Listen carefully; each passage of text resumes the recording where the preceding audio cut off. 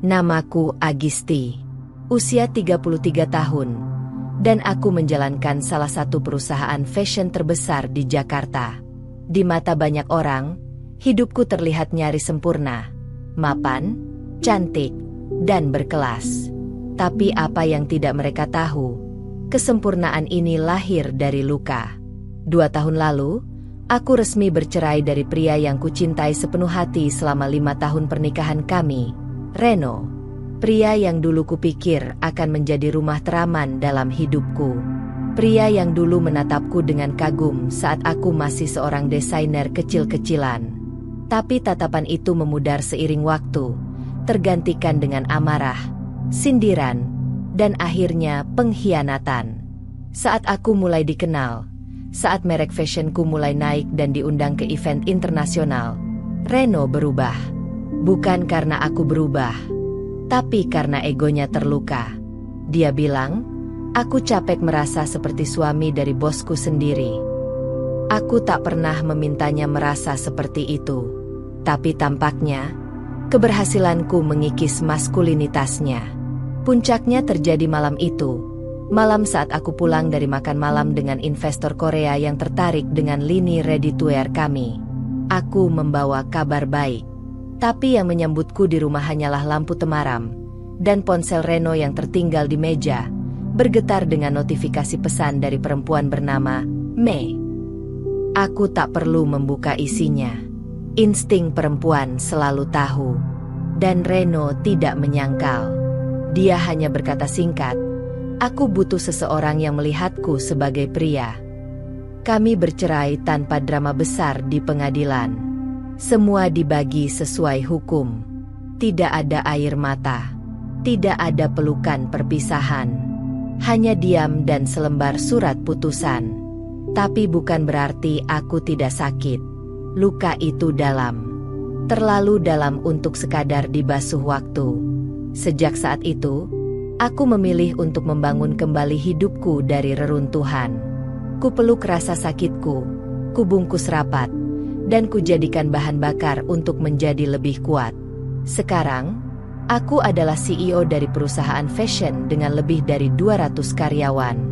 Aku tahu apa yang kuinginkan, dan aku tidak lagi membiarkan siapapun menempatkanku di posisi bertahan. Hanya satu orang yang benar-benar tahu luka itu, Nadia, asisten pribadiku. Sudah 7 tahun dia bersamaku. Dia tahu kapan aku sedang baik-baik saja dan kapan tidak. Bahkan dari nada suara atau sorot mataku. Kelihatan lelah. Mbak, katanya pagi itu saat aku tiba di kantor lebih awal dari biasanya. Aku hanya mengangguk. Tidurku kurang nyenyak. Dia tak tanya lebih jauh. Dan aku bersyukur untuk itu. Kupikir luka itu sudah kering. Tapi aku salah. Luka itu hanya tertutup, belum sembuh. Dan seperti semua luka lama, dia bisa terbuka lagi, kapan saja, tanpa peringatan. Aku tidak tahu pagi itu adalah awal dari segalanya. Sebuah pertemuan tak sengaja, kabar mengejutkan, dan kenyataan pahit yang akan membuatku harus kembali berhadapan dengan masa lalu. Masa lalu yang kini datang dengan wajah cantik, tas mahal, dan senyum penuh kemenangan. Dan di sanalah aku berdiri, dengan sepatu hak tinggi dan kepala tegak, siap menghadapi babak baru yang sama sekali tak kuduga. Hari itu, aku menghadiri reuni kecil yang diadakan teman-teman kuliahku dulu. Awalnya aku ragu datang. Aku bukan tipe yang senang berkumpul dengan masa lalu. Tapi Nadia bersikeras aku butuh jeda dari rutinitas. Dan mungkin dia benar. Acara diadakan di sebuah rooftop restoran mewah di bilangan SCBD. Aku datang terlambat setengah jam, seperti biasa. Dan seperti biasa juga, begitu aku masuk ruangan, beberapa kepala langsung menoleh. Aura, Agisti si CEO, memang sulit disembunyikan. Astaga, Agisti. Suara Ayu, teman satu jurusan dulu, menyambutku riang. Kamu makin cantik aja. Sih, makin tajir pula. Aku tersenyum sopan. Basa-basi standar yang selalu muncul di pertemuan seperti ini. Kami berbasa-basi sebentar sebelum aku mengambil tempat duduk di ujung meja. Tak lama, gelas-gelas anggur mulai berdenting dan percakapan mengalir ke segala arah. Dari gosip industri, isu ekonomi, sampai topik abadi, hubungan. Aku menyimak setengah hati. Sampai sebuah kalimat menghentikan gerak sendokku. Kalian tahu Reno? Dulu mantannya Agisti. Tuh, ujar Rani, salah satu yang mulutnya tak pernah berhenti sejak zaman kuliah. Katanya udah nikah lagi. Loh, aku meneguk air putih pelan. Tidak menanggapi. Tapi tentu saja, telingaku fokus. Iya, nikahnya sama cewek cakep banget. Katanya sih, anak orang kaya. Sering banget pamer di medsos. Kayak flexing gitu. Mobil mewah, hotel bintang 5, tas branded. Reno juga ikut-ikutan tampil kayak sultan sekarang. Tambahnya sambil tertawa kecil. Padahal dulu MAH. Celetuk Ayu setengah berbisik. Makan di warteg aja pakai utang. Tawa pun pecah di meja itu. Aku ikut tersenyum kecil. Meski ada yang mengencang di dada. Anak orang kaya? Tas branded? Reno yang dulu merasa terhina hanya karena aku lebih mapan. Sekarang malah menikah dengan perempuan yang gemar pamer kekayaan? Lucu. Atau menyedihkan? Aku pura-pura tertawa. Tapi pikiranku melayang. Ada rasa tak nyaman yang sulit dijelaskan. Bukan karena aku masih cinta. Bukan. Tapi karena bagian diriku merasa terusik. Bukan karena dia menikah lagi, tapi karena dia tampak begitu bangga memamerkan yang sekarang, setelah menghina yang dulu. Aku mencoba menepisnya. Tapi malam itu, rasa itu menempel seperti bayangan. Aku pulang lebih awal, meminta maaf pada teman-temanku. Sesampainya di rumah, aku membuka ponsel dan mengetik nama Reno di kolom pencarian Instagram. Akun barunya langsung muncul. Dengan foto profil bergaya sok keren di depan mobil sport. Aku menelusuri halaman feed-nya. Di sana, serangkaian foto dirinya dengan perempuan muda, manis, dan terlihat jauh lebih muda dariku. Aku bukan orang yang mudah menghakimi, tapi dari cara si perempuan bergaya, berpose, dan memberi caption, aku bisa membaca pola. Pamer, palsu, pencitraan, dan Reno berlagak seperti pria sukses dengan caption motivasi basi dan gaya hidup glamor yang tak pernah aku lihat selama 5 tahun hidup bersamanya. Seolah seluruh luka masa lalu hanya episode pengantar menuju versi hebatnya yang baru. Di salah satu foto, mereka berdua berada di balkon hotel mewah dengan caption, akhirnya bersama seseorang yang membuatku merasa laki-laki seutuhnya.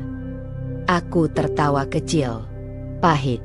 Jadi ini intinya. Masih tentang ego.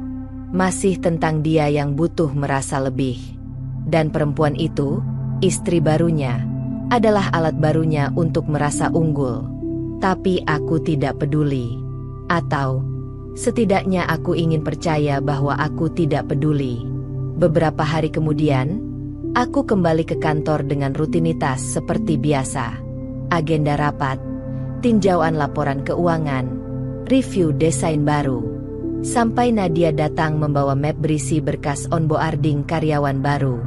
Ini, Mbak, daftar staf pemasaran yang baru masuk minggu ini. Kamu minta direview semua, kan? Aku membuka map itu tanpa ekspektasi. Beberapa namaku telusuri cepat, sampai satu nama membuat mataku berhenti. Vina Lestari. Aku menatap foto kecil di pojok kanan atas. Rasanya familiar. Aku ambil ponsel, membuka kembali Instagram Reno. Kubandingkan dengan foto yang terpampang di lembar biodata itu.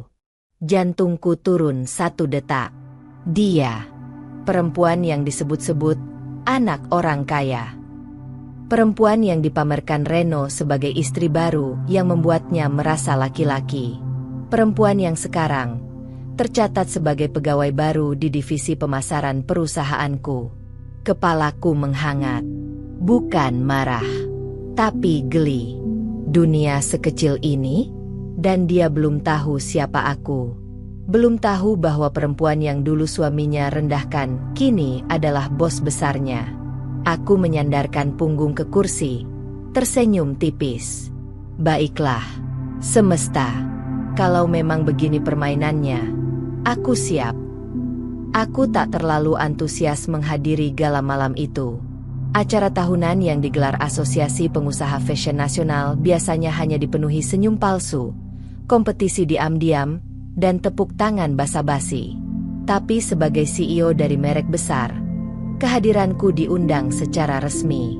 Menolak artinya memberikan celah untuk dibicarakan. Nadia membantuku memilih gaun. Malam itu aku mengenakan long dress satin berwarna navy dengan potongan bersih dan anggun, rambut disanggul rendah, riasan minimalis tapi tajam. Bukan untuk menarik perhatian, tapi untuk menunjukkan kekuatan tanpa harus bicara. Gala diselenggarakan di ballroom Hotel Bintang 5, seperti biasa. Musik jazz mengalun lembut, gelas-gelas wine berdenting, dan lampu kristal berpendar lembut di langit-langit. Aku bersalaman dengan beberapa tokoh industri, menerima pujian atas koleksi terbaru yang baru saja rilis di Milan, lalu mencari sudut tenang di dekat bar. Lalu aku melihatnya. Reno, berdiri dengan percaya diri, mengenakan jas biru dongker, menyeringai lebar. Di sebelahnya, seorang perempuan muda dengan gaun yang terlalu mencolok untuk selera acara seformal ini. Merah terang, terbuka, penuh detail yang berusaha keras terlihat mahal. Vina. Tentu saja. Mataku tak salah menilai sebelumnya. Dan ternyata semesta tak menunggu lama untuk mempertemukan kami. Aku menarik napas panjang, menegakkan bahu. Mereka tak menyadari kehadiranku. Aku diam-diam mengamati dari jauh. Memperhatikan Reno memperkenalkan Vina kepada beberapa tamu yang terlihat kurang antusias, tapi tetap tersenyum sopan. Vina tampak menikmati sorotan. Matanya berbinar, tubuhnya condong ke arah Reno, tangannya menempel di lengannya, memamerkan cincin mencolok yang hampir menyilaukan.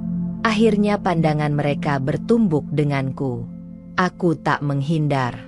Aku menatap langsung ke arah mereka dengan ekspresi netral. Reno tampak sedikit kaku. Ekspresinya berubah. Sejenak ada jeda dalam langkahnya, tapi dengan cepat ia mengganti wajahnya dengan senyum licin yang dulu ku kenal. Vina masih tampak tak sadar siapa aku. Mereka berjalan mendekat. Agisti, sapa Reno dengan suara rendah yang dibuat-buat ramah. Sudah lama tidak bertemu. Aku mengangkat gelas anggurku pelan. Reno. Dia menunjuk perempuan di sampingnya. Ini istriku, Vina. Vina mengulurkan tangan dengan penuh percaya diri. Hai, senang bertemu. Kamu, Agistia, CEO Aureli, kan? Aku menatapnya sebentar, lalu menjabat tangannya. Iya. Dan kamu sekarang di bidang pemasaran? Ya. Ekspresi Vina sedikit berubah. Bingung, mungkin karena aku tahu. Ah, iya. Baru minggu lalu mulai kerja di perusahaan fashion juga. Katanya cepat, tidak menyebut nama perusahaanku. Lucu. Dia belum sadar siapa aku sebenarnya. Reno juga tampak gugup. Matanya menyapu sekeliling. Entah mencari topik untuk mengalihkan atau hanya ingin kabur. Aurel, kamu kelihatan sukses. Seperti biasa, katanya. Senang lihat kamu tetap bertahan di industri yang keras ini. Aku tersenyum simpul. Bukan cuma bertahan, Ren. Aku berkembang. Ada jeda dalam percakapan kami. Suasana menjadi canggung. Meski jazz terus bermain dan orang-orang tetap tertawa di latar belakang. Vina tampak tidak sabar. Sayang, yuk foto dulu di photobooth. Ada background Paris gitu. Loh, katanya sambil menarik lengan Reno. Aku mengangguk kecil. Senang bertemu kalian. Reno balas anggukan. Tapi matanya tak bisa menyembunyikan kegelisahan. Mungkin dia merasa aku tahu lebih banyak dari yang terlihat. Dan dia benar. Begitu mereka menjauh, aku menyeruput wineku pelan. Bukan karena marah, tapi karena geli. Karena dunia ini memang kecil, dan roda itu benar-benar berputar. Aku tidak mencari pembalasan. Aku tidak perlu. Kadang, kehadiran saja sudah cukup untuk mengingatkan mereka bahwa tidak semua orang bisa dilangkahi dan dilupakan begitu saja. Malam itu aku pulang dengan perasaan yang sulit dijelaskan. Bukan kemenangan, bukan pula kepahitan. Hanya kesadaran bahwa masa lalu akan terus mencoba mengetuk. Tapi aku yang memegang kunci pintunya. Dan pintu itu tetap tertutup. Untuk Reno. Untuk semua yang pernah mencoba merendahkanku lalu pergi. Pagi itu seperti biasa. Aku tiba di kantor pukul 8:05, dengan segelas kopi hitam di tangan dan tumpukan jadwal meeting yang sudah menunggu. Lobi utama masih sepi. Suara langkah kaki sepatu hak tinggiku bergema ringan, dan Nadia sudah berdiri di depan lift, seperti biasa. Selamat pagi, Mbak Agisti. Pagi. Nat, semua materi rapat sudah siap. Sudah, tapi ada satu hal kecil. Divisi pemasaran mengajukan presentasi pagi ini. Katanya mau menunjukkan ide kampanye baru. Aku mengangguk. Oh, siapa yang presentasi? Koordinasi dari staf baru, Vina. Nama itu menggantung di udara. Aku tidak menunjukkan reaksi apapun. Hanya senyum kecil. Baik, kita lihat sejauh apa bawahanku yang satu itu. Pukul 9 tepat. Ruang rapat lantai 5 sudah penuh. Tim dari divisi pemasaran duduk rapi, berkas di tangan, slide presentasi siap di layar. Aku duduk di ujung meja. Ruangan itu sunyi seketika saat aku masuk. Beberapa karyawan baru mungkin belum pernah melihatku langsung. Mereka tahu nama Agisti sebagai CEO, tapi tidak semua sadar bahwa perempuan itu adalah aku. Tidak semua terbiasa melihat sosok pemimpin perempuan yang begitu dekat, dan juga sangat menjaga jarak. Lalu pintu terbuka lagi. Vina masuk, mengenakan blazer pink muda, rok pensil, dan senyum percaya diri. Langkahnya mantap. Seperti biasa, dia tidak langsung menatapku. Sampai beberapa detik kemudian, matanya bertemu mataku. Dan dunia di sekitarnya seperti berhenti bergerak. Aku melihat perubahan di wajahnya. Raut percaya dirinya memudar seketika. Dia menatapku, lalu menoleh ke arah papan nama kecil di depanku. Agisti Ramadhani, CEO. Ada jeda aneh. Aku tetap diam. Menatapnya tenang, menunggu apakah dia akan pura-pura lupa atau pura-pura tidak tahu. Tapi dia akhirnya bicara. Selamat pagi, Bu Agisti, katanya dengan suara pelan, nyaris bergetar. Aku hanya mengangguk kecil. Silakan mulai presentasinya. Suasana rapat berubah tegang. Vina tampak kesulitan menjaga fokusnya. Tangannya sedikit gemetar saat mengoper slide. Beberapa kali dia salah menyebut istilah atau terbata-bata dalam menjelaskan konsep.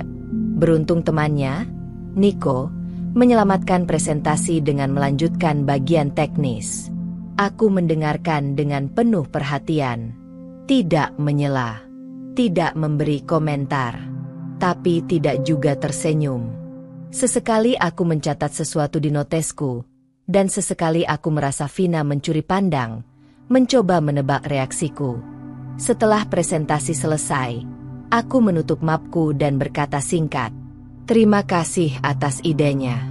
Akan kami pertimbangkan. Tim saya akan menghubungi untuk masukan lebih lanjut." Lalu aku bangkit dan meninggalkan ruangan, tanpa menoleh lagi. Siang harinya, Nadia datang ke ruanganku. Dia tampak syok. "Mbak," waktu keluar dari rapat, langsung ke toilet katanya. Aku tersenyum kecil sambil menandatangani dokumen. Dia harus terbiasa. Dunia kerja tidak pernah nyaman bagi orang yang terlalu percaya diri, tapi tidak tahu posisi. Nadia ragu-ragu. Kamu nggak akan memecat dia, kan? Aku menatap Nadia. Untuk apa? Aku tidak main di level rendah. Nat, aku bukan dia. Nadia tersenyum. Mengerti. Sore itu, saat aku hendak pulang, aku melewati koridor menuju lift dan melihat Vina berdiri di dekat mesin kopi. Dia tampak menunduk, sibuk dengan ponsel. Aku tahu dia sadar kehadiranku, tapi pura-pura tidak melihat. Aku melewatinya tanpa sepatah kata. Tapi aku sempat berhenti di depan lift, menoleh padanya, dan berkata pelan, "Selamat datang di perusahaan saya, Vina."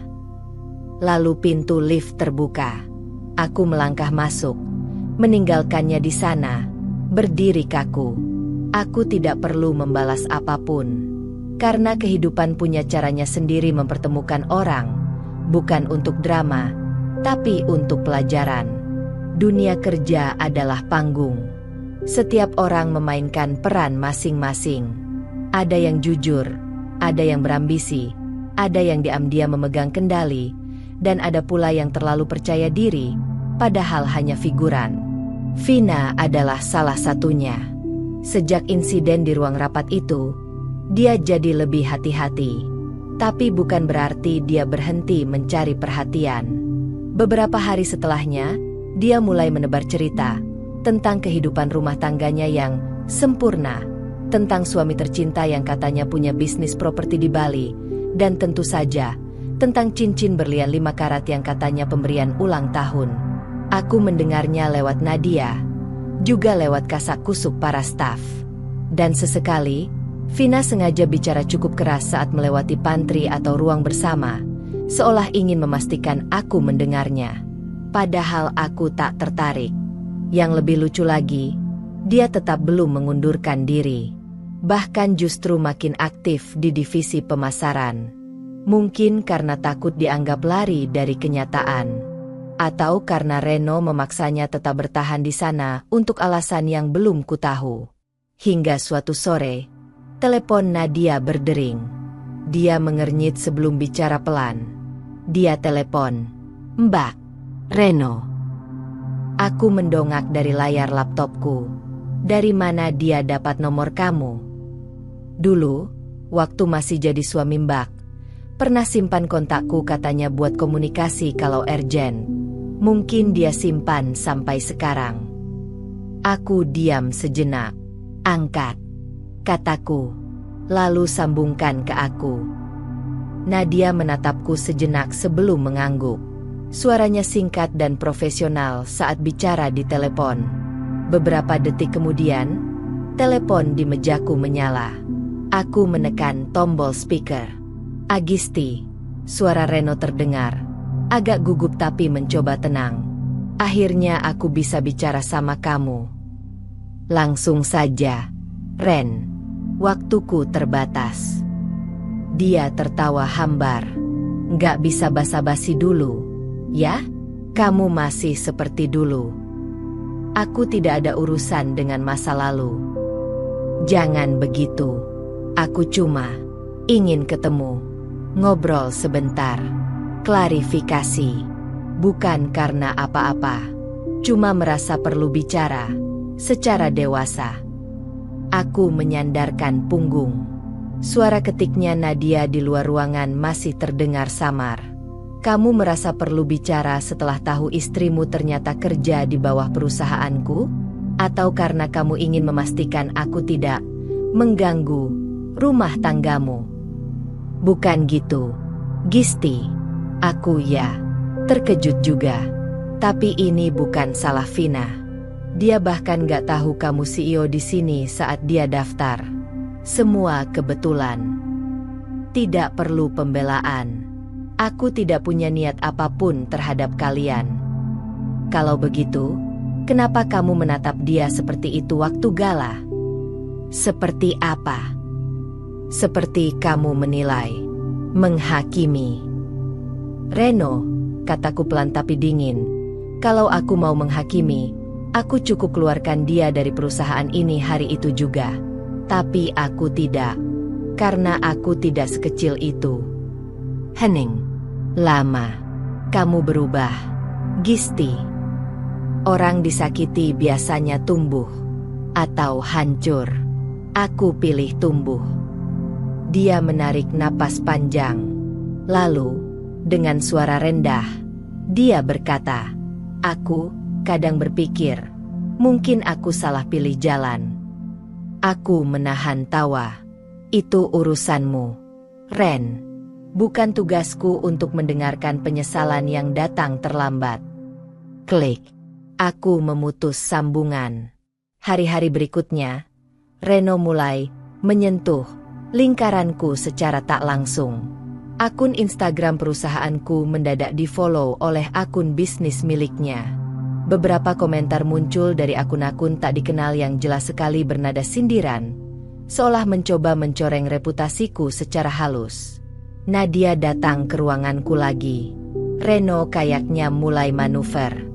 Tapi kita udah backup semua data internal, email, dokumen. Takutnya dia suruh Vina cari-cari celah. Aku mengangguk. Bagus. Pastikan tidak ada satu file pun yang bisa bocor.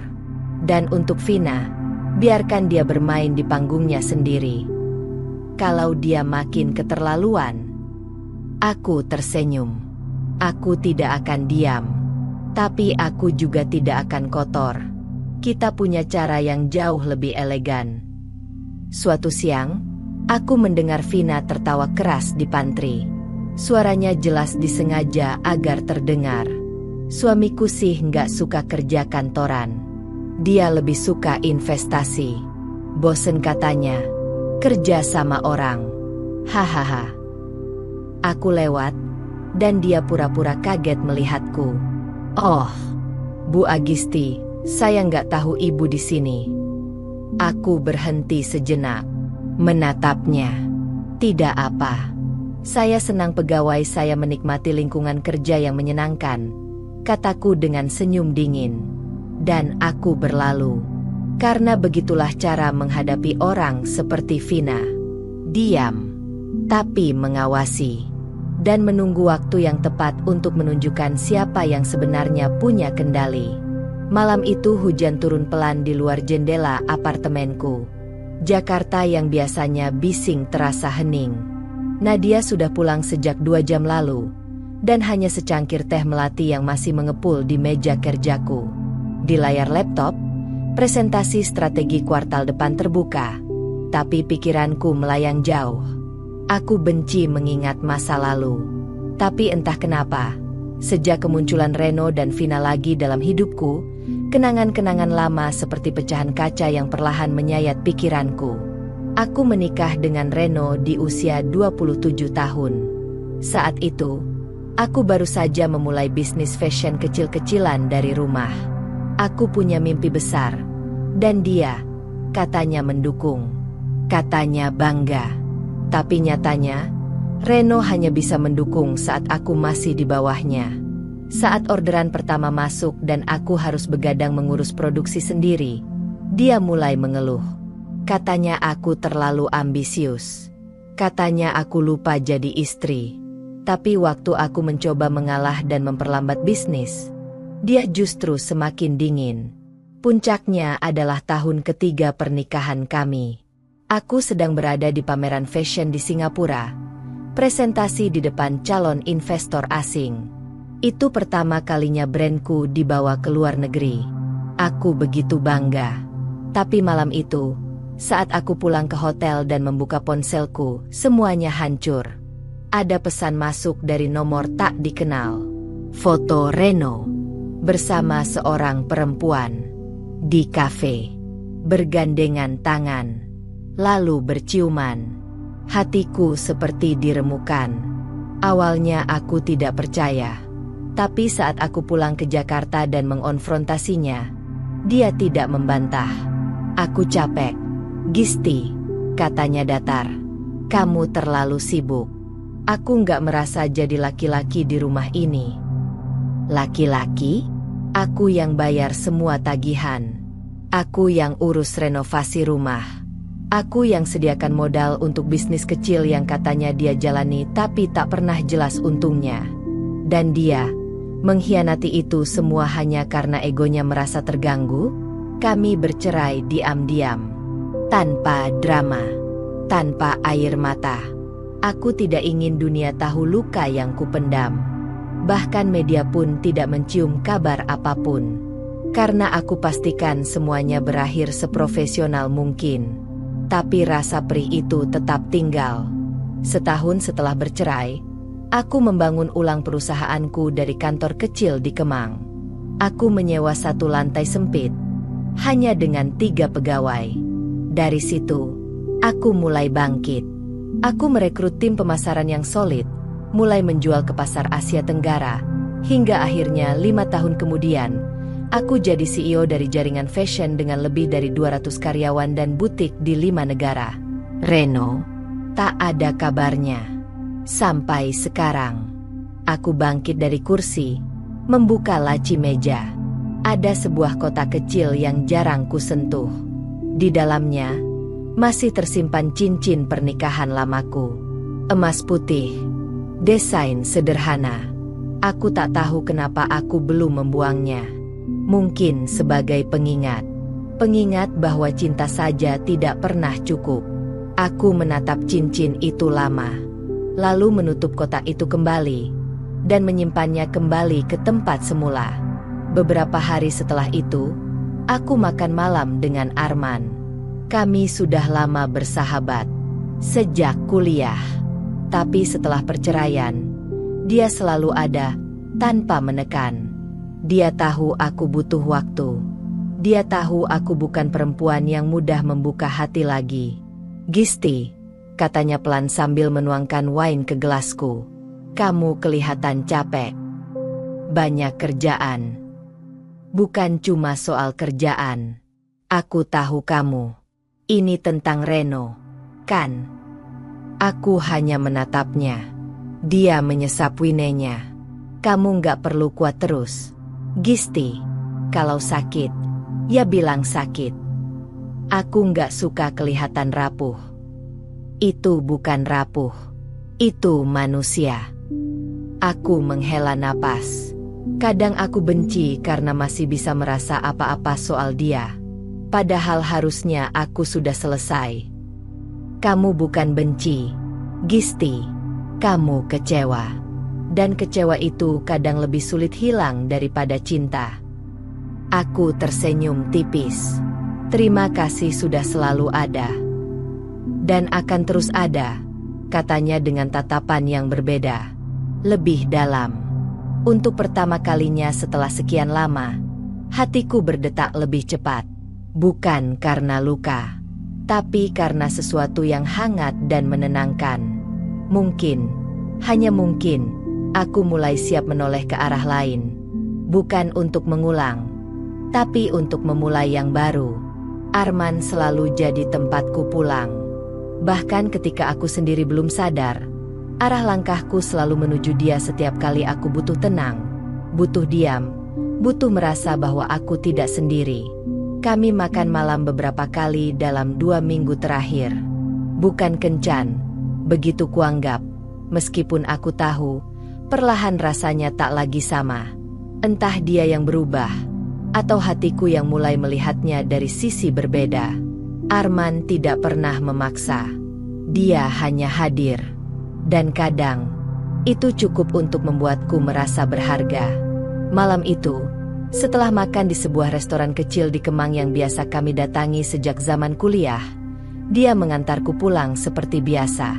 Hujan turun gerimis, membasahi jendela mobil yang berembun. "Gisti," katanya pelan, mematikan mesin mobil saat kami tiba di depan apartemenku. "Boleh tanya sesuatu?" Aku menoleh. "Apa?" Dia menatap lurus ke depan, lalu akhirnya menatapku juga. "Menurut kamu, bisa nggak 2 orang yang saling kenal terlalu lama, akhirnya jatuh cinta?" Pertanyaannya menamparku pelan. Aku menelan ludah, menenangkan napas. Aku pikir mungkin saja. Tapi seringnya, mereka terlalu takut kehilangan yang sudah ada. Persahabatan itu mahal, Arman. Dia mengangguk pelan, tapi tidak terlihat kecewa. Aku tahu, tapi kadang, aku mikir, kalau aku nggak pernah bilang apa-apa, gimana kalau nanti aku nyesel? Hening. Hanya suara hujan di luar. Lalu dia melanjutkan. Aku sayang kamu, Gisti. Bukan sekarang, tapi sejak lama. Sejak kamu masih pacaran sama Reno. Sejak kamu masih pakai motor ke kampus. Sejak kamu pertama kali bawa sketsa desain baju dan tanya opiniku. Tapi aku nggak pernah bilang. Karena waktu itu kamu bahagia. Aku tidak menjawab. Karena ada air yang tiba-tiba menggenang di mataku. Aku tidak tahu apa. Haru, sedih, takut, atau mungkin perasaan yang selama ini tidak berani muncul ke permukaan. Aku nggak minta jawaban, katanya. Aku tahu kamu belum selesai dengan masa lalu kamu. Aku cuma pengen kamu tahu, kamu tidak harus terus kuat sendirian. Aku mengangguk pelan.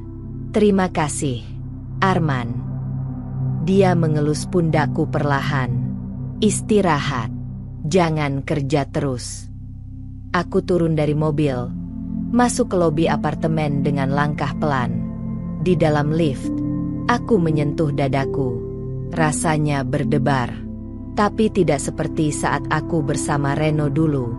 Ini bukan gejolak. Ini damai. Keesokan harinya di kantor, suasana mulai terasa berbeda. Vina jadi lebih pendiam. Seperti orang yang sedang menyusun strategi. Tatapannya ke arahku tidak lagi ceria atau santai, tapi lebih berhati-hati.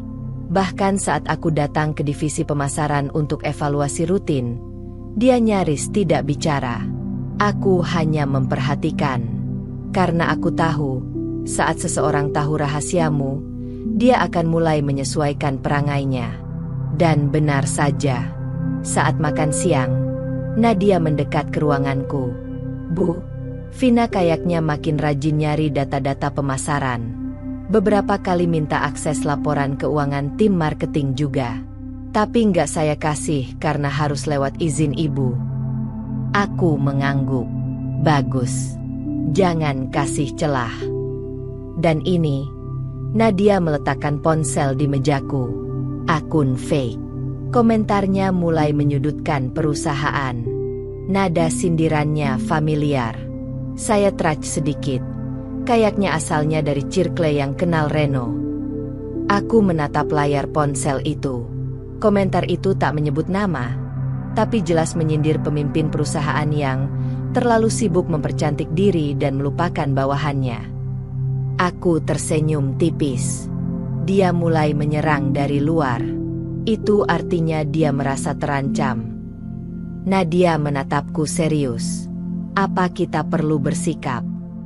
Belum sekarang. Kita tunggu. Orang seperti mereka biasanya tidak sabar. Dan saat mereka mulai kehilangan kendali, disitulah kita bergerak. Sore hari, aku menerima kiriman bunga. Mawar putih dalam vas kristal. Dikirim langsung ke ruanganku. Tidak ada nama. Tapi aku tahu siapa pengirimnya. Arman selalu tahu cara membuat sesuatu terasa istimewa tanpa berlebihan. Di dalamnya, hanya ada satu kartu kecil. Kamu layak bahagia. Dan aku akan sabar menunggu kamu siap. Aku tersenyum. Untuk pertama kalinya dalam beberapa waktu terakhir, aku benar-benar tersenyum. Mungkin luka itu belum sepenuhnya sembuh. Tapi untuk pertama kalinya, aku merasa tidak takut lagi jika harus membuka hati. Hari itu, rapat direksi dijadwalkan pukul 10 pagi. Aku biasanya jarang hadir langsung dalam rapat evaluasi antar divisi seperti ini, tapi kali ini aku ingin hadir. Bukan hanya karena divisi pemasaran jadi sorotan, melainkan karena aku ingin melihat reaksi Vina dengan mata kepalaku sendiri. Rapat berlangsung di ruang utama lantai 15, tempat hanya jajaran direktur dan kepala divisi yang diizinkan masuk. Aku tiba 5 menit sebelum waktu mulai, disambut oleh Nadia dan 2 staf lain yang sudah mempersiapkan dokumen. Saat aku masuk, beberapa orang berdiri menyapa. Vina duduk di kursi baris kedua, tidak menyadari kehadiranku. Dia sedang serius membuka slide laporan, tak melihat siapa yang datang. Sampai aku duduk di kursi utama, di ujung meja panjang berlapis marmer itu. Nadia berdiri. "Selamat pagi. Mari kita mulai rapat bulanan. Ibu Agisti akan memimpin langsung agenda hari ini." Aku melihat dengan ekor mataku, dan disitulah semuanya terjadi. Vina menoleh. Wajahnya pucat seketika. Mulutnya sedikit terbuka. Tangannya yang tadi memegang pulpen gemetar, dan hampir menjatuhkan gelas air di mejanya. Matanya menatapku seolah melihat hantu. Aku menatap balik, tenang, sambil mengangguk kecil sebagai sapaan formal. "Silakan lanjutkan, Bu Vina," kataku datar. Dia diam sejenak, lalu cepat-cepat berdiri. Maaf, Bu. Saya belum tahu Ibu akan hadir langsung." "Tentu, tapi sekarang Ibu tahu." Selama 2 jam, dia gelisah sepanjang rapat. Beberapa kali salah menyebut angka, sampai kepala divisi keuangan harus membetulkan data presentasinya. Wajahnya pucat pasi, dan semakin jelas bahwa dia tidak siap menghadapi kenyataan bahwa perempuan yang pernah dia hina diam-diam adalah bosnya sendiri. Setelah rapat selesai, aku masih di ruangan, merapikan dokumen. Vina menghampiri pelan. "Bu Agisti, saya minta waktu bicara sebentar. Kalau boleh." Aku menutup map di depanku dan menatapnya. "Silakan." Kami pindah ke ruangan kecil di sebelah. Hanya berdua. "Maafkan saya, Bu. Saya benar-benar tidak tahu kalau Ibu adalah CEO perusahaan ini," katanya dengan suara pelan, hampir berbisik. Tatapannya gugup. "Saya tahu kamu tidak tahu," jawabku tenang. "Tapi kamu banyak bicara tentang saya di kantor. Bahkan tanpa sadar. Termasuk tentang suami barumu." Dia menggigit bibir, lalu berkata cepat, "Itu, saya tidak bermaksud apa-apa, Bu. Hanya cerita biasa." "Cerita biasa?" Aku menatapnya. Dingin. "Membanggakan suami yang dulu mengkhianati saya, seolah-olah kamu lebih tinggi dari saya, dan tidak sadar bahwa kamu bicara di kantor saya." Dia tertunduk. "Saya minta maaf, Bu. Saya salah." Aku berdiri. "Kesalahanmu bukan karena tidak tahu saya CEO, tapi karena terlalu banyak bicara sebelum tahu tempatmu di mana." Vina tidak menjawab. Wajahnya merah pada menahan malu dan takut. Sebelum keluar ruangan, aku menambahkan, "Saya profesional. Selama kamu tetap kerja sesuai porsi dan tidak membuat masalah, saya tidak akan mempermalukan kamu. Tapi satu hal, jangan pernah mencampur urusan pribadi dengan pekerjaan lagi." Dia hanya mengangguk pelan, hampir tak terdengar, lalu cepat-cepat keluar ruangan. Tak lama setelah itu, ponselku berbunyi. Nomor tidak dikenal, tapi suara di ujung sana sangat familiar. "Gisti, ini aku. Reno." Aku menutup mata, menarik napas panjang. "Ada apa?" "Aku tahu kamu ketemu Vina. Dia tadi cerita. Aku cuma mau bilang, aku nggak tahu kamu sekarang sehebat ini." Aku tersenyum kecil, sinis. "Tentu saja kamu nggak tahu. Kamu pergi sebelum semua ini terjadi." Aku minta maaf." Aku diam, lalu menjawab pelan, "Kalau itu semua yang mau kamu bilang, maka selesai sudah. Tapi aku masih sayang kamu, Gisti." Dan akhirnya, semua itu keluar. Topeng mulai runtuh. "Sekarang kamu mulai kehilangan kontrol ya, Reno?" Kamu pikir aku bakal terguncang karena kamu muncul lagi dan istrimu ternyata bawahanku? Aku serius. Aku nyesel. Aku menghela napas. Aku bukan tempat kamu pulang. Reno, kamu sudah buang aku dulu. Sekarang jalanmu beda. Hiduplah dengan pilihanmu. Telepon terputus. Aku menatap jendela. Jakarta siang itu terasa cerah. Dan untuk pertama kalinya, aku merasa menang, tanpa perlu melakukan apapun. Aku tidak harus membalas dengan cara kotor. Aku hanya perlu tetap di tempatku, dan membiarkan mereka melihat bahwa aku tetap berdiri, lebih tinggi dari yang pernah mereka kira. 3 hari setelah telepon itu, Reno muncul di lobi kantorku. Nadia yang pertama melihatnya. Dengan wajah tegang, ia segera naik ke ruanganku dan memberitahu, "Bu, ada tamu yang ngotot ingin bertemu langsung." Mengaku mantan suami ibu. Saya sudah coba halus tolak, tapi dia tidak mau pergi. Aku tidak langsung bereaksi. Sejujurnya, aku sudah menduga cepat atau lambat dia akan melakukan ini. Reno bukan tipe pria yang tahu kapan harus mundur. Terlalu terbiasa merasa dirinya penting, terlalu percaya bahwa penyesalan bisa dijadikan senjata. Bawa dia ke ruang meeting kecil. "Saya akan turun 5 menit lagi," kataku. Saat aku masuk, dia sudah menunggu. Masih dengan gaya khasnya, setelan jas mahal, parfum menyengat, dan senyum yang dulu sering menipuku. Tapi kini aku melihat semuanya seperti topeng yang terlalu rapuh. "Gisti." Suaranya lembut, dibuat seramah mungkin. "Terima kasih udah mau ketemu." Aku duduk tanpa menjawab, menatapnya tanpa ekspresi. Aku tahu, aku banyak salah. Dia memulai. Aku menyela pelan. "Langsung saja. Reno, kamu datang ke sini bukan cuma mau minta maaf, kan?" Wajahnya sedikit berubah, tapi dia masih mencoba tersenyum. Aku nggak tahu harus mulai dari mana. Sejak aku lihat kamu lagi di acara gala itu, aku sadar, kamu benar-benar berubah. Kamu hebat sekarang, elegan, kuat, dan aku nggak pernah berhenti mikirin kamu. Sayangnya kamu baru sadar setelah semua terjadi, kataku. Dia menunduk. Aku menyesal.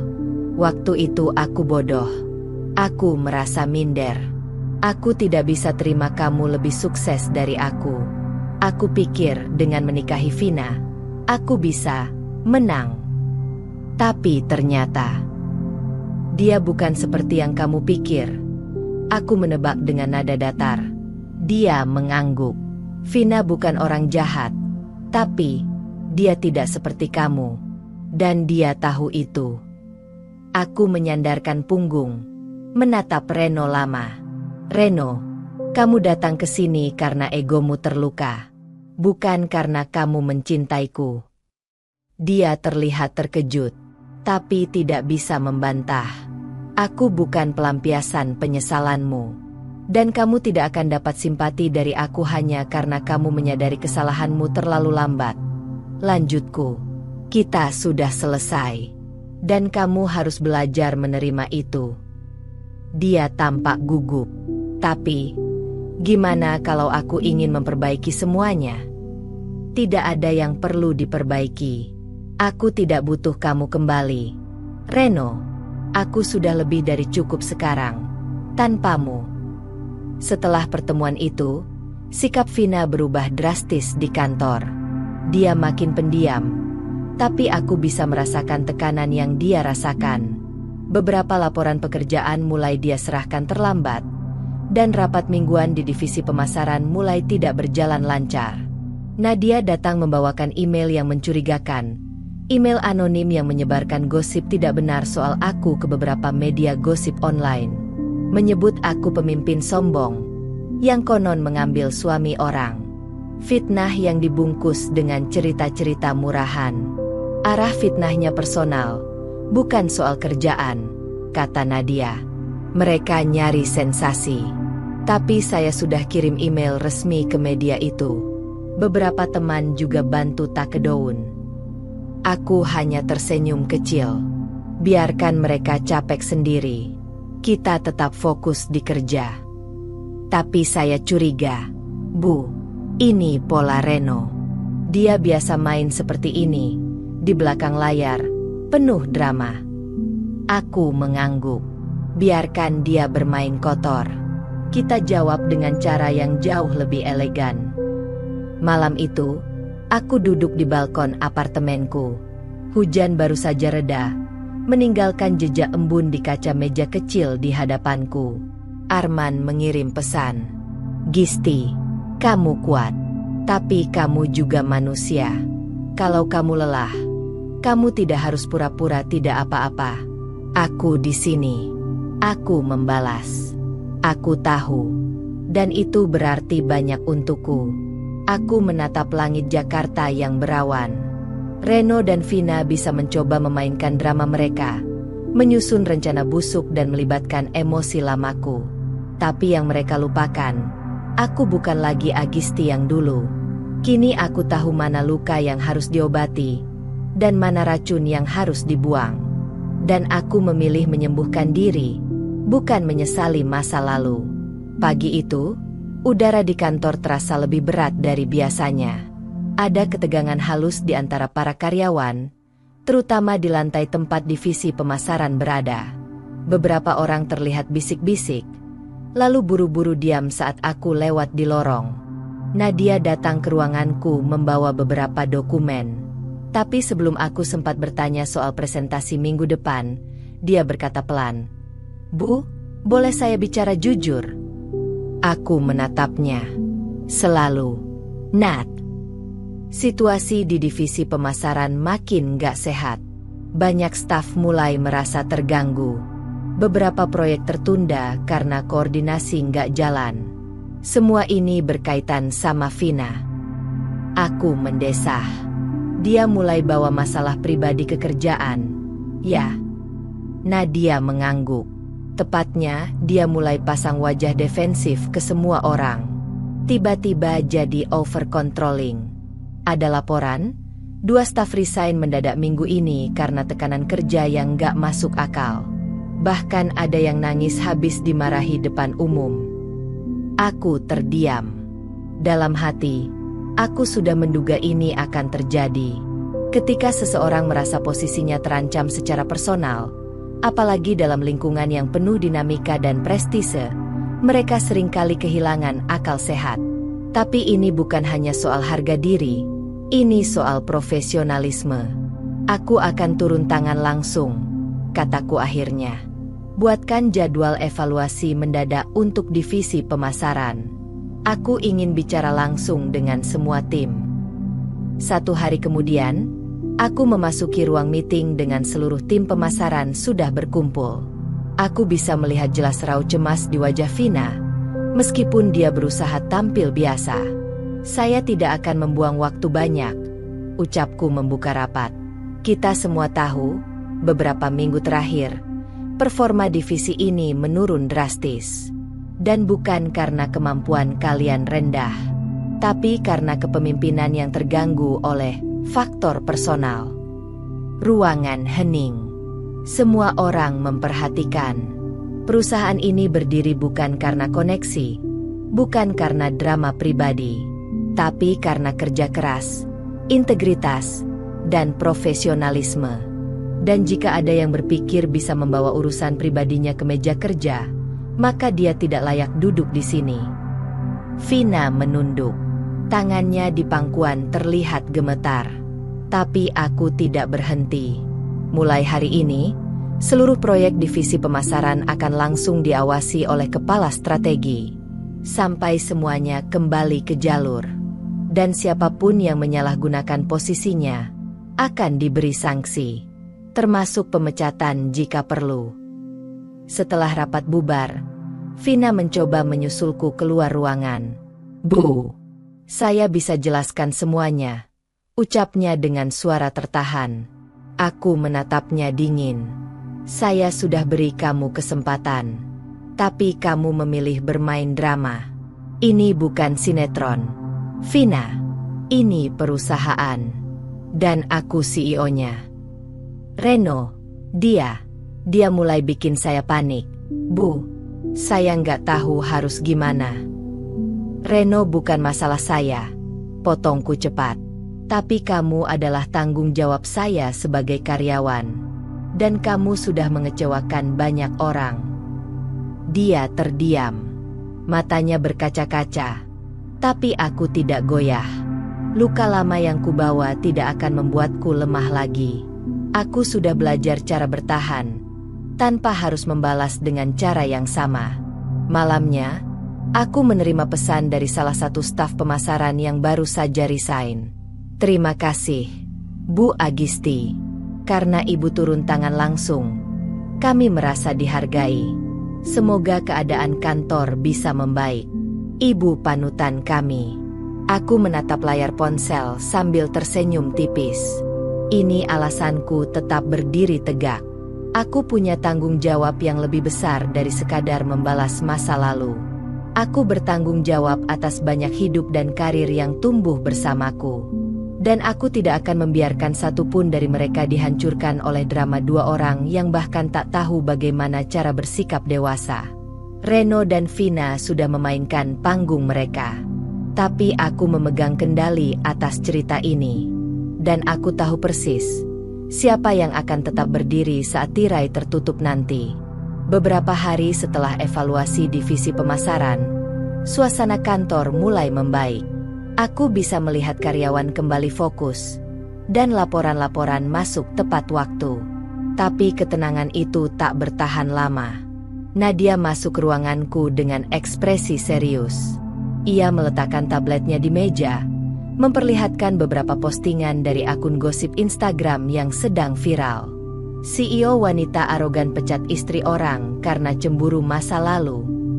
Drama cinta segitiga di balik industri fashion ibu kota. Mantan suami menyesal cerai. Dia berubah setelah sukses, bukan wanita yang dulu kucintai. Aku membaca satu persatu, tak sekalipun mengerutkan kening. Nada tuduhan dalam postingan itu terlalu personal untuk tidak kutebak siapa dalangnya. Sudah saya telusuri, Bu. Akun ini pakai bot untuk push engagement, dan banyak komentar dari akun-akun palsu. Kami menduga ini kerjaan orang dalam, kata Nadia sambil duduk di seberangku. Reno, gumamku. Nadia mengangguk. Dan kemungkinan besar Vina juga tahu. Beberapa caption seolah-olah hanya bisa ditulis oleh seseorang yang tahu cerita dari dalam rumah tangga Anda dulu. Aku menutup tablet itu, lalu berdiri menuju jendela. Jakarta sore itu macet seperti biasa, dan langit kelabu memberi nuansa yang pas untuk berita murahan seperti ini. Tapi satu hal yang tidak mereka tahu, aku bukan lagi perempuan yang bisa dihancurkan hanya dengan kata-kata. Kita akan jawab.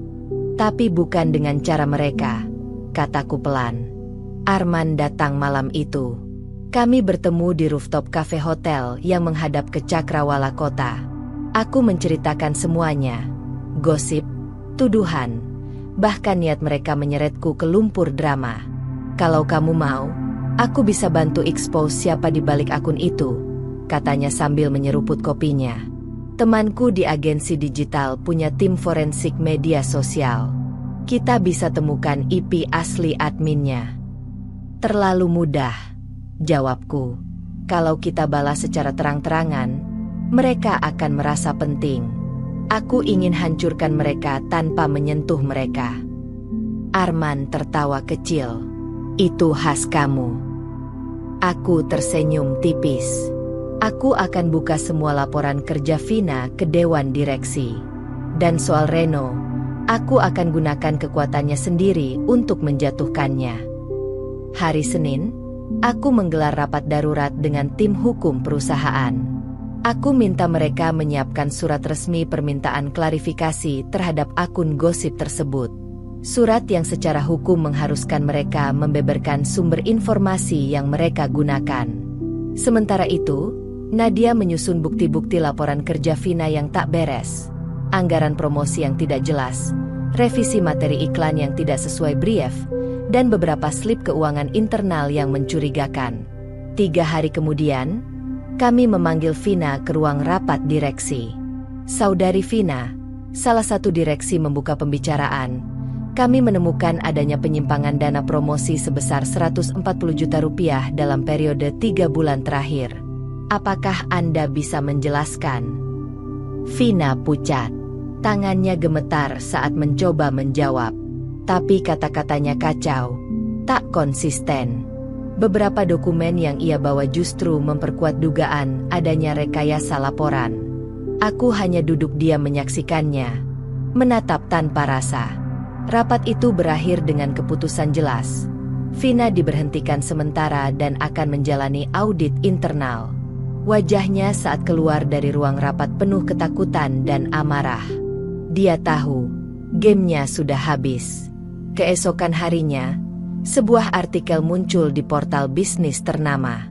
CEO muda ungkap integritas di tengah fitnah, ambil langkah tegas terhadap korupsi internal. Artikel itu tidak menyebut nama Reno atau Vina, tapi cukup memberi pesan bahwa aku tidak tinggal diam terhadap serangan kotor. Reno mencoba meneleponku berkali-kali. Aku hanya melihat nama itu di layar, lalu mematikan suara ponselku. Biarkan dia tenggelam dalam kepanikan yang dia ciptakan sendiri. Malamnya, Arman mengirim pesan. Kamu benar-benar wanita kuat. Tapi kalau lelah jadi perisai, aku ingin jadi tempat kamu bersandar. Untuk pertama kalinya setelah sekian lama, aku membalasnya bukan dengan defensif. Terima kasih, Arman. Mungkin sekarang aku siap. Aku tahu, badai belum tentu berhenti. Tapi aku juga tahu, aku tidak sendiri lagi. Dan aku tak akan membiarkan masa lalu terus mencuri hari-hariku. Mereka menyerang karena takut. Dan kini, mereka tahu siapa yang seharusnya mereka takuti. Sore itu Jakarta baru saja diguyur hujan. Langit masih mendung, dan aroma tanah basah bercampur kopi menyelimuti balkon apartemenku. Aku duduk di kursi rotan, mengenakan sweater tipis, dan memeluk cangkir teh hangat. Ada ketenangan baru yang kurasakan. Bukan karena masalah telah usai, tapi karena aku mulai berhenti berperang dengan diriku sendiri. Sejak kasus Vina mencuat dan Reno menghilang bak ditelan bumi, aku mendadak merasa ringan. Aku tidak lagi mengecek media sosial dengan cemas. Tidak lagi merasa harus menjelaskan siapa diriku atau membuktikan apa-apa. Malam itu Arman datang, seperti biasanya, dengan makanan favoritku dan senyum yang hangat. Aku tahu kamu butuh yang manis-manis, katanya sambil menyerahkan kotak berisi mil crepes dari kafe langganan kami dulu. Kamu yang manis, gumamku pelan, tanpa sadar. Dia menatapku. Diam, tapi matanya berbicara. Aku merasa pipiku memanas. Mungkin karena teh. Mungkin karena kata-kataku barusan tak bisa kutarik kembali. Kami duduk di balkon. Hujan menyisakan tetes-tetes kecil di kaca railing. Suasana tenang. Dan akhirnya, aku bicara. Dulu aku pikir, hidupku hanya bisa sukses kalau aku sendirian. Karena terlalu sering aku disakiti justru oleh orang yang dekat. Arman mendengarkan. Seperti biasa, aku jadi keras. Dinginnya aku bukan karena aku kuat, tapi karena aku takut. Dia menunduk sebentar, lalu menatapku lagi. Tapi kamu nggak sendiri, Gis. Kamu boleh kuat, boleh tangguh. Tapi kamu juga boleh lemah di depan orang yang tepat. Dan kamu orang itu? Tanyaku, pelan. Kalau kamu izinkan, aku ingin jadi lebih dari itu. Seketika, dunia terasa sunyi. Angin sore menyentuh rambutku. Aku mengangguk. Nyaris tak terdengar. Aku izinkan. Hari-hari setelah itu berubah. Bukan karena cinta tiba-tiba membuat segalanya sempurna, tapi karena aku mulai percaya lagi bahwa aku layak bahagia. Bahagia yang tidak datang karena mengalahkan siapapun, tapi karena berdamai dengan diri sendiri. Arman tidak mengubah duniaku, tapi dia menemaniku membangun kembali puing-puingnya. Dia tak menuntut, tak memaksa. Dia hadir. Kami tidak langsung berpacaran seperti remaja, tapi kami mulai sering berbagi waktu di luar kantor. Makan malam, menonton film, jalan-jalan di akhir pekan. Hubungan kami tumbuh perlahan, tapi nyata.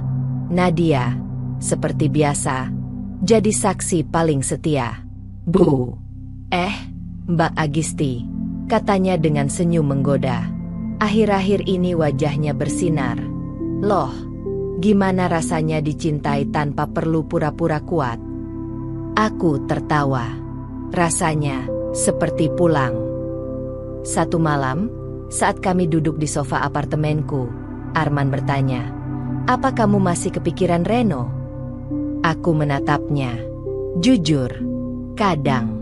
Tapi bukan karena aku kangen. Lebih karena aku marah pada diriku sendiri. Kenapa dulu bisa bertahan selama itu? Dia menggenggam tanganku. Itu bukan kelemahan. Itu bukti kalau kamu pernah cinta sepenuh hati.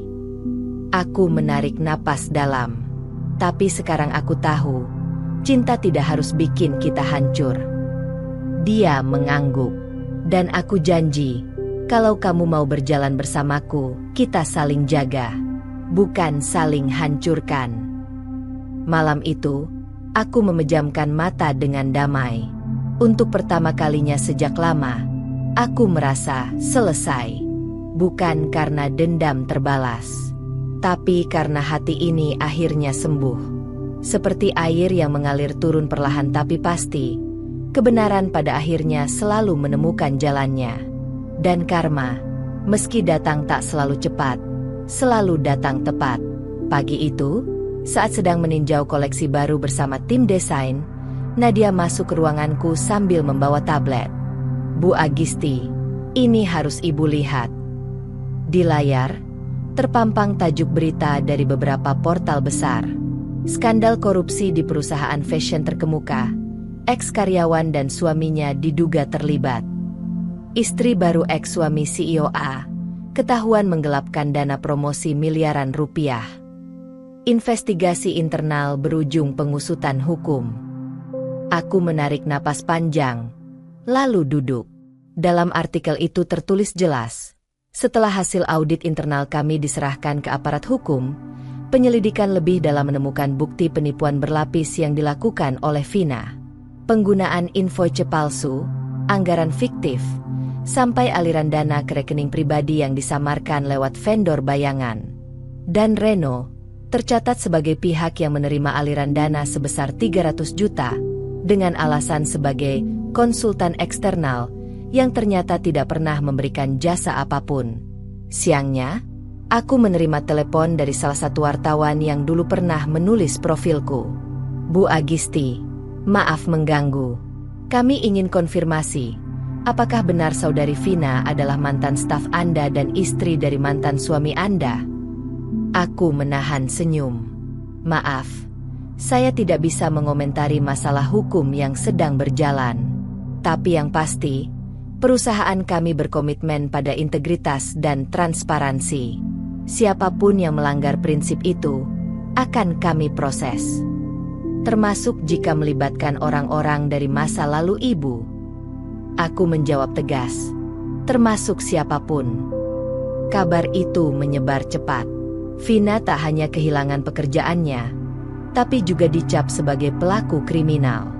Wajahnya tersebar di berbagai media, lengkap dengan headline yang menusuk harga diri. Reno, yang selama ini sibuk membangun citra diri sebagai pria mapan dan sukses, tak bisa mengelak. Ia dipanggil sebagai saksi, dan netizen dengan cepat menggali jejak digitalnya. Foto-foto pamer kemewahan, kutipan sombong tentang memilih istri yang selevel, dan komentar-komentarnya yang dulu sempat viral. Sekarang semua itu berubah jadi bahan olok-olok. Di Twitter, tagar Reno tersandung sempat trending. Di TikTok, potongan video saat Reno dan Vina hadir di gala yang sama denganku digunakan sebagai konten sindiran. Katanya istri kaya, ternyata malah bikin perusahaan rugi. Aku tak perlu membalas, tak perlu mengucap sepatah pun kalimat pembenaran. Dunia yang mereka ciptakan sendiri kini menelan mereka bulat-bulat. Arman datang malam itu, membawakan makanan seperti biasa. "Kamu lihat berita hari ini?" tanyanya. Aku mengangguk. Mereka menanam racun di ladang orang lain, tapi lupa kalau tanahnya adalah milik mereka sendiri. Arman tersenyum. "Kamu tahu, banyak orang kalau disakiti balas dengan nyakitin. Tapi kamu malah fokus memperbaiki hidupmu.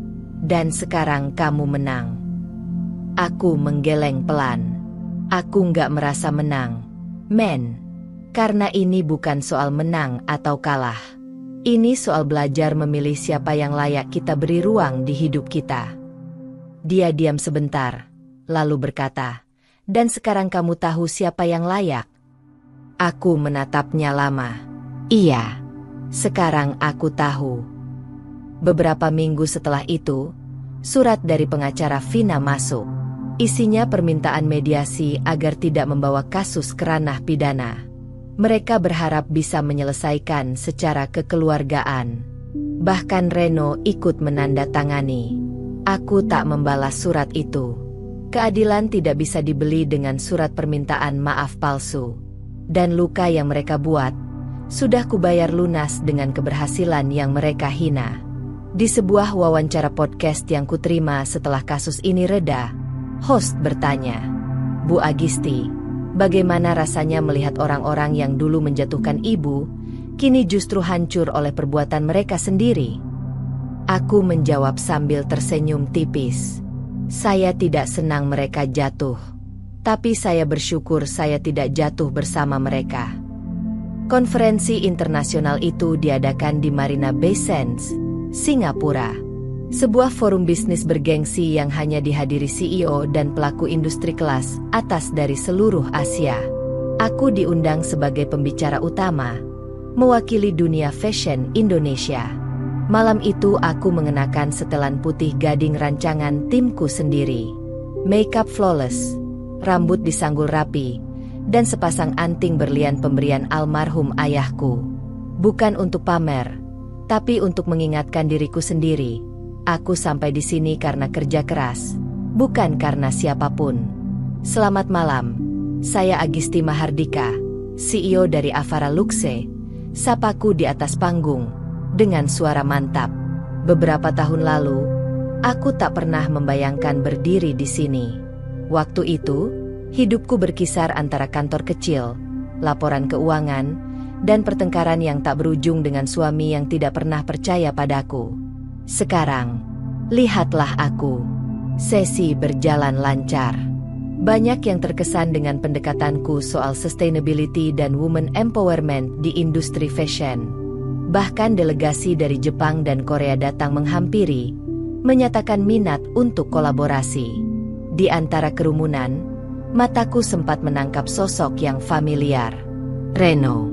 Ya, dia datang. Mengenakan jas lusuh yang sudah ketinggalan tren, berdiri canggung di dekat area networking. Sejenak aku ragu, tapi kemudian aku tersenyum tipis. Dia mendekat, seperti seseorang yang menelan harga dirinya paksa. "Gis," sapanya pelan. "Agisti," koreksiku, tegas. Sekarang semua orang memanggilku begitu. Dia mengangguk, kelihatan kikuk. Aku cuma mau bilang selamat. Kamu luar biasa sekarang. Aku menatapnya lurus. Bukan sekarang, Ren. Aku selalu luar biasa. Kamu saja yang terlalu buta untuk melihatnya. Dia terdiam, tak bisa berkata apa-apa. Makasih ya, sudah pergi waktu itu. Karena kalau kamu tetap tinggal, mungkin aku nggak akan berdiri di sini. Wajahnya memucat. Aku melangkah pergi, meninggalkannya berdiri dengan sisa-sisa harga diri yang dia punya. Dan dalam hati, aku berkata pada diriku sendiri, yang hilang bukan aku, tapi dia. Malam itu, Di balkon kamar hotelku, aku menelepon Arman. "Kamu tahu nggak? Aku ketemu Reno tadi." "Hah? Dia ngapain di sana?" Suara Arman jelas terdengar heran. "Cuma berdiri. Lihat-lihat. Kayaknya cari sisa pamor," jawabku sambil tertawa kecil. "Terus kamu gimana?" Aku cuma bilang, yang hilang itu dia, bukan aku. Di ujung sana, Arman terdiam sejenak, lalu berkata, "Kamu tahu, aku bangga banget sama kamu, Gis. Dan bukan karena kamu CEO atau tampil di panggung, tapi karena kamu tetap jadi kamu, kuat, jujur, dan gak pernah pura-pura." Hatiku terasa hangat. "Terima kasih, men." Mungkin untuk pertama kalinya, aku benar-benar merasa utuh. Dan malam itu, langit Singapura begitu terang. Mungkin karena lampu-lampunya, atau mungkin karena untuk pertama kalinya, aku tak lagi merasa gelap di dalam. Keesokan harinya, aku check out dari hotel dengan kepala tegak. Di bandara, aku membuka notifikasi pesan. Ada satu dari Arman. "Aku tunggu di Bandara Suta. Jangan ambil taksi. Ya. Hari ini gantian aku yang jemput kamu pulang." Aku tersenyum. Karena akhirnya, aku tahu di mana rumahku. Bandara Soekarno-Hatta sore itu padat. Tapi anehnya, hatiku justru tenang. Tidak ada lagi rasa tergesa-gesa yang dulu biasa mengiringi setiap langkahku. Tak ada lagi pikiran berserakan tentang laporan, reputasi, atau luka lama. Aku berjalan keluar dari pintu kedatangan dengan langkah ringan. Di antara kerumunan, aku melihat Arman berdiri sambil membawa 2 cup kopi. Satu hitam pahit, satu lagi karamel latte. Dia tahu seleraku, tanpa perlu bertanya. "Selamat datang kembali, Agisti Mahardika," ucapnya sambil tersenyum. Aku tertawa pelan, mengambil kopiku. Rasanya aneh ya. Baru beberapa hari, tapi aku merasa pulang dalam arti yang sesungguhnya. Kami berjalan menuju parkiran. Angin sore menghembus pelan. Sesekali kami membahas hal-hal kecil, koper yang sempat terselip, makanan pesawat yang tidak enak, dan presentasi yang sukses. Tapi ada jeda hening yang nyaman di antaranya, sebuah keheningan yang tidak canggung, justru menenangkan. "Gis," ujar Arman saat kami berhenti di dekat mobilnya. "Boleh aku tanya sesuatu yang agak serius?" Aku mengangguk. "Setelah semua yang kamu lewati, semua luka, pengkhianatan, pameran palsu, dan drama, kamu merasa sudah selesai?" Aku menatapnya, lalu menatap diriku sendiri, bukan di cermin, tapi dalam-dalam ke hati yang kini terasa utuh. "Ya," jawabku. "Aku sudah selesai." Bukan selesai sebagai bentuk menyerah, tapi selesai sebagai tanda bahwa aku telah melewati semuanya. Tidak lagi terikat pada amarah, tidak lagi berharap ada permintaan maaf dari orang-orang yang bahkan tidak tahu caranya bertanggung jawab, tidak lagi ingin membuktikan apa-apa kepada siapapun. Aku sudah cukup. Cukup sebagai diriku sendiri. Beberapa bulan berlalu. Perusahaan berjalan stabil. Nama Avara Luxe makin dikenal di Asia Tenggara. Vina dan Reno lenyap dari perbincangan publik. Dilupakan seperti musim lama yang sudah usai. Tidak ada yang peduli lagi tentang siapa istri siapa, atau siapa yang pernah menyakiti siapa. Dunia terus berputar. Aku pindah rumah. Tidak terlalu besar, tapi hangat. Dikelilingi tanaman dan buku-buku favoritku. Setiap pagi, aku membuat kopi sendiri. Kadang Arman datang membawa sarapan. Kadang kami jalan pagi ke taman, membahas hal-hal remeh, dan tertawa. Kami belum menikah.